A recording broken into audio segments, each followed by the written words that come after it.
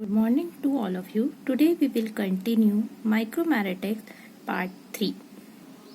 Firstly, we will discuss the powder particle size distribution. Powder particle size distribution is also known as mean particle size. Mean, that means average particle size, or number or weight distribution curve.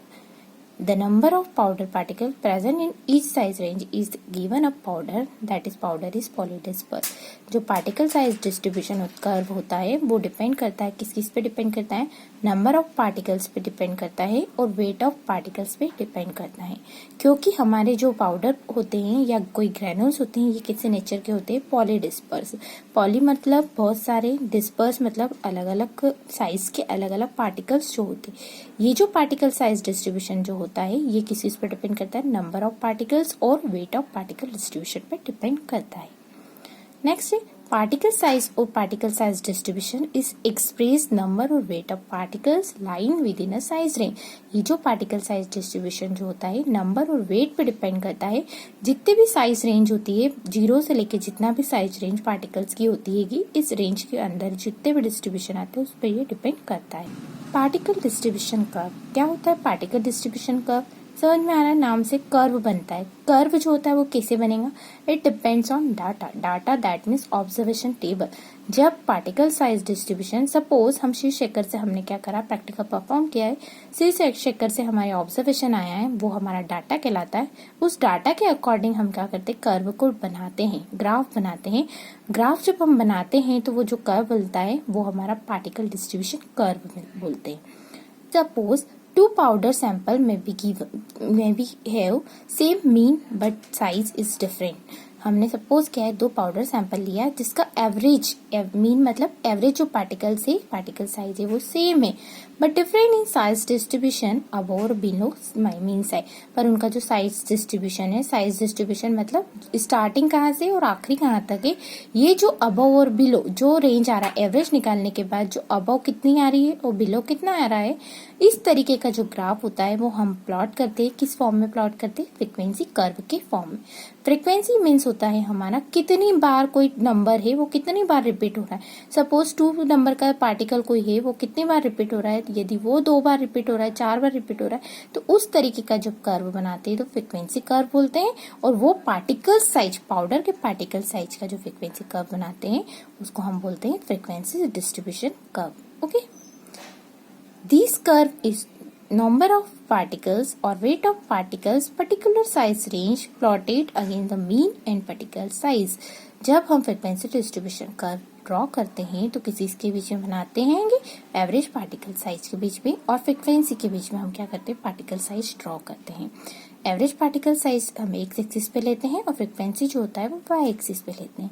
इससे जो curve बनता है वो curve हमारा किस shape का होता है, बेल शेप का होता है। बेल दैट मीन्स घंटी के आकार का होता है, और इसी कर्व को हम बेल शेप्ड कर्व भी कहते हैं। This curve is symmetrical curve around the mean which is also mod। ये जो कर्व होता है सिमेट्रिकल बेल शेप कर्व भी कहते हैं इसको, जिसमें मीन दैट मीन मीन और मॉड जो दोनों क्या होता है, इक्वल होता है। जितना मीन आता है उतना ही इसका क्या आता है, मॉड आता है। Mean that means average particle कितने हैं, और मॉड दैट मीन्स कितनी बार रिपीटेशन में कोई पार्टिकल आया है तो वो उसका मॉड कहलाता है। ओके, ये टॉपिक हमारा कंप्लीट हुआ, पार्टिकल साइज डिस्ट्रीब्यूशन और frequency distribution curve. Next we will start the fundamental properties of powder. कौन कौन सी प्रॉपर्टीज होती है पाउडर की? First one is porosity. Porosity मतलब पोरस नेचर, है ना। Influence the dissolution of drug. यदि ड्रग पोरस नेचर की है तो उसका डिसोल्यूशन जल्दी होगा, यदि नॉन पोरस नेचर की है तो उसमें डिसोल्यूशन इतनी फास्टली नहीं होगा as compare to porous. Second one is bulk density. Bulk density हम क्यों निकालते हैं? बल्क डेंसिटी इसलिए निकालते हैं ड्यूरिंग द ट्रांसपोर्टेशन, जब हमको ट्रांसपोर्टेशन करना होता है तो हम कंटेनर कौन सा यूज करेंगे, उसकी पैकिंग कैसी होगी, इसलिए हम क्या करते हैं, डेंसिटी निकालते हैं, bulk. Third one is a flow property. Flow property it help maintain the uniform weight of tablet और capsule during the powder. Flow property जो होता है वो क्या करता है, हमारा मेंटेन करता है यूनिफॉर्म वेट, एक जैसा वेट आ रहा है टैबलेट का, कैप्सूल का। जो भी हम पाउडर यदि फ्लो इजीली करेगा तो टेम्पलेट कवरेज इजीली होगी। तो हम नेक्स्ट प्रॉपर्टी निकालते हैं, flow properties. Firstly true density. What is true density? True density equals to weight of powder upon में true volume of powder. True density का फॉर्मूला आता है कितना पाउडर हमने, मास ऑफ पाउडर या वेट ऑफ पाउडर, और true volume of powder, कितना हमारा वॉल्यूम आपका पाउडर में लिया है। जनरली जो डेंसिटी का फॉर्मूला होता है वो मास अपन वॉल्यूम होता है, तो हम ट्रू डेंसिटी जो होता है वेट ऑफ पाउडर अपॉन में true volume of powder. True density is determined by gauge displacement method और liquid displacement method। True density को हम दो मेथड से निकालते हैं। First one is gas displacement method और दूसरी होती है हमारी liquid displacement method. Gas displacement method और liquid displacement method, liquid displacement method में जनरली जो हम प्रैक्टिकल में परफॉर्म करते हैं, एक बार हम कंटेनर के अंदर लिक्विड फिल करते हैं, देन उसके बाद हमारा सॉलिड को डिसॉल्व करके डिस्प्लेस देखते हैं कि उसका वेट में क्या डिफरेंस आया है। तो ये जो मेथड होती है लिक्विड डिस्प्लेसमेंट मेथड होती है। True density is denoted by rho. True density को हम किससे डिनोट करते हैं, रो से डिनोट करते हैं, और सबस्क्रिप्ट में भी उसको किससे लिखा जाता है, रो से लिखा जाता है। True density is use to determine the percentage porosity. हम ट्रू डेंसिटी क्यों निकालते हैं, पोरोसिटी पता करने के लिए। हमारा जो पाउडर है वो पोरस नेचर का है आदर या फिर नॉन पोरस नेचर का, ये हम ट्रू डेंसिटी को हम क्या करते हैं, डिटरमाइन करते हैं कि हमारा जो पोरस नेचर है या फिर हमारा नॉन पोरस नेचर है, ये हम पता करने के लिए ट्रू डेंसिटी निकालते हैं। ये जनरली हमारा जो ये हमारा जनरली ट्रू डेंसिटी होता है, ये जनरली हम मोस्टली हम क्या करते हैं, लिक्विड डिस्प्लेसमेंट मेथड से ही इसको यूज करते हैं। Okay, second one is bulk density. Bulk that means amount of powder, bulk volume है ना। Bulk density based on behaviour of powder. Bulk volume क्या पता करता है, कैसा पाउडर का बिहेवियर है, लाइट इन वेट है या फिर हैवी पाउडर है, ये हम पता करते हैं। दो टाइप के पाउडर होते हैं, first is light weight powder होता है, second one is heavy weight powder होता है। लाइट वेट पाउडर में भी किसी का वॉल्यूम ज्यादा होता है, किसी का वॉल्यूम कम होता है। ऐसे ही हैवी पाउडर में किसी का वॉल्यूम ज्यादा होता है और किसी का वॉल्यूम क्या होता है, कम होता है। बल्क डेंसिटी को भी हम किससे डिनोट करते हैं, रो से डिनोट करते हैं, और इसका फॉर्मूला जो होता है वो क्या होता है, वेट ऑफ पाउडर अपॉन में बल्क वॉल्यूम ऑफ पाउडर होता है।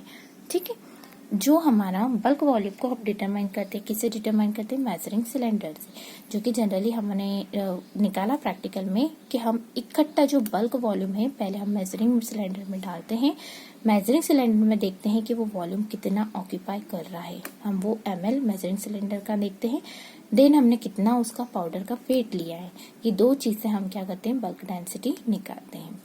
Bulk volume use to check the uniformity of powder. Bulk volume हम क्या चेक करता है, पाउडर की यूनिफॉर्मिटी है, और दूसरा हमारा सिलेक्टिंग ऑफ साइज कंटेनर। जब हम कहीं किसी चीज को, हमको पाउडर को कहीं भेजना है, सपोज ड्यूरिंग दी ट्रांसपोर्टेशन, जब हमें एक स्थान से दूसरे स्थान यदि भेजना है तो पाउडर का हम कंटेनर की साइज देखते हैं कि कितना वॉल्यूम ऑक्यूपाई करेगा, और इसीलिए हम बल्क डेंसिटी क्या करते हैं, डिटरमाइन करते हैं। One is a porosity. Porosity when powder either in porous nature or non-porous nature. Porosity is generally expressed by percentage. Porosity generally ऐसे नहीं निकलती है, हम हमेशा इसको परसेंटेज के फॉर्म में ही निकाला जाता है। Porosity is denoted by एप्सिलेंस। इसको हम एप्सिलेंस से डिनोट करते हैं। इसका फॉर्मूला क्या होता है, वॉइड वॉल्यूम अपॉन में बल्क वॉल्यूम मल्टीप्लिकेशन में 100। और हम कह सकते हैं एक और फॉर्मूला इसका होता है परसेंटेज पोरोसिटी का, कि कितनी हमारी ट्रू डेंसिटी है ये, माइनस बल्क डेंसिटी अपॉन में वापस से ट्रू डेंसिटी मल्टीप्लिकेशन 100। इस फॉर्मूले के थ्रू हम क्या करते हैं, परसेंटेज पोरोसिटी निकालते हैं कि हमारा जो पाउडर है या ग्रेन्यूल से आइदर पोरस नेचर का है या फिर नॉन पोरस नेचर का है। ठीक है, जनरली पोरोसिटी हम काय के लिए यूज करते हैं, to determine the tablet hardness. हमारी टेबलेट हार्ड बनेगी, यदि नेचर पाउडर का पोरस होगा तो क्या इतनी कड़क टेबलेट बनेगी, नहीं बनेगी। तो हार्डनेस इंपॉर्टेंट फैक्टर अफेक्ट करती है, क्योंकि जब हम टेबलेट लेते हैं तो हार्ड होगी टेबलेट, तो हमारे पेट में वो घुलेगी नहीं। तो पोरस नेचर यदि पाउडर है तो उसका हार्डनेस कम होगी। Second one, disintegration. डिसइंटीग्रेशन क्या होता है, टूटना, है ना, छोटे छोटे पार्टिकल्स में टूट जाना। तो यदि टेबलेट पोरस है तो फटाफट इजीली टूट जाएगी, और यदि टेबलेट हार्ड है, नॉन पोरस नेचर की, तो वो जल्दी से टूटेगी नहीं। और हमारा कह सकते हैं डिसोल्यूशन। डिसोल्यूशन, यदि टेबलेट हार्ड है तो वो डिसोल्यूशन नहीं होगी, डिसइंटीग्रेशन भी नहीं होगा। यदि डिसोल्यूशन करना है तो हमारा पाउडर किसी नेचर का होना चाहिए, पोरस नेचर का है। तो हम इन सब चीज से हम क्या करते हैं, परसेंटेज पोरोसिटी डिटरमाइन करते हैं। ठीक है, नेक्स्ट प्रॉपर्टी होती है हमारी फ्लो प्रॉपर्टी। फ्लो, नाम से समझ में आ रहा है फ्लो होना।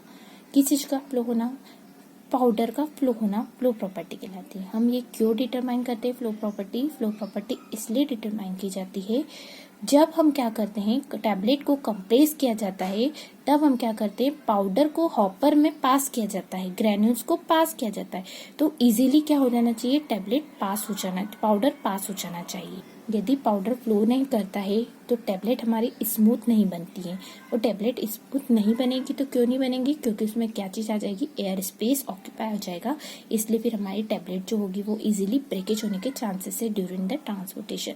तो हम फ्लो प्रॉपर्टी इसलिए मेजर करते हैं क्योंकि हमारा पाउडर इजीली क्या कर जाए, फ्लो कर जाए, और टैबलेट एक जैसे बने, यूनिफॉर्मिटी बने टैबलेट, किसी का वेट कम ज्यादा ना हो, वेट वेरिएशन ना हो, इसलिए हमारा फ्लो प्रॉपर्टी फाइंड आउट करते हैं। अब फ्लो प्रॉपर्टी हम किससे निकालते हैं, तो फ्लो प्रॉपर्टी हम डिटरमाइन करते हैं, कौन सी मेथड से डिटरमाइन करते हैं, एंगल ऑफ रिपोज से पता करते हैं। अब एंगल ऑफ रिपोज क्या होता है, फ्लो प्रॉपर्टीज क्या होता है, it is defined as maximum angle possible between the surface of pipe, powder और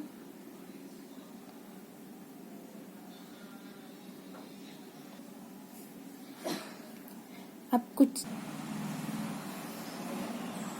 तो उसको हम बोलते हैं पासिबल, और यदि 40 से लेस देना होता है एंगल ऑफ रिपोज तो वो बहुत पुअर नेचर का पाउडर होता है। Next one is a packing arrangement. What is packing arrangement, packing arrangement क्या होता है, the arrangement of particles in a powder influence the volume of occur by it. As a result, bulk density, subsequently porous, are affected.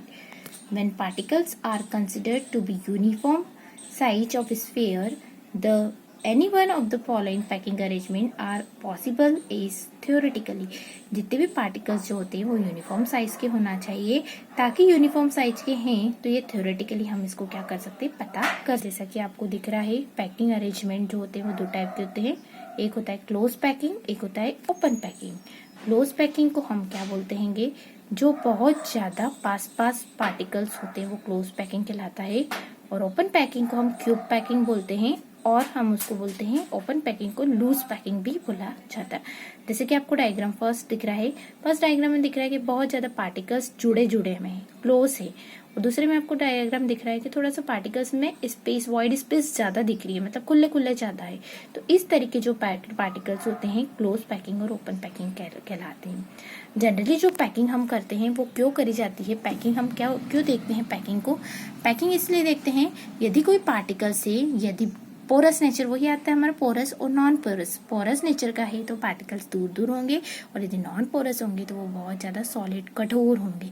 तो हम ये सब चीज देखने के लिए, वही चीज हमारे इसके एप्लीकेशन क्या क्या है, डिसइंटीग्रेशन, डिसोल्यूशन, हार्डनेस, ये सब चीज यदि होती है तो हमारा पैकिंग चीज हम देखते हैं। यदि क्लोज पैकिंग है तो उसकी पोरोसिटी कितनी आएगी, 26% आएगी। और वही अभी मैं बता रही हूँ, अभी वही बताया मैंने कि यदि बहुत ज्यादा पास पार्टिकल होंगे तो उसमें पोरस नेचर कम होगा, दैट मीन्स 26%। और यदि लूज पैकिंग है, दूर दूर यदि पार्टिकल्स है तो वो बहुत ज्यादा पोरस होगा, दैट इज पोरोसिटी इज 48%। तो इस तरीके के नेचर हमारा डिपेंड करता है पाउडर का, कि वो पोरस नेचर का है या फिर नॉन पोरस नेचर का। ये जो हुआ हमारा पूरा टॉपिक कंप्लीट हुआ, यूनिट कंप्लीट हुई। इसमें जो हमारा ये सारी जो प्रॉपर्टीज होती है, फंडामेंटल प्रॉपर्टीज, ये सब प्रॉपर्टीज को हम प्री फॉर्मुलेशन स्टडी भी बोलते हैं। इस पर पहले फॉर्मुलेशन, प्री मतलब पहले, formulation before the formulation study, जब कोई डोजेज फॉर्म बनाया जाता है तो हम पाउडर की स्टडी करते हैं, तो वो प्री फॉर्मुलेशन स्टडी कहलाती है। और ये जो यूनिट हमारी कंप्लीट हुई, यूनिट हमारी माइक्रोमैरेटिक्स था, ये कंप्लीट हुआ। और किसी की यदि और भी कोई क्वेरीज है तो हम लास्ट लेक्चर अब जो है वो उसमें डिस्कस करेंगे कि क्या क्या चीज़ हमारा बचा हुआ है। ठीक है, थैंक यू।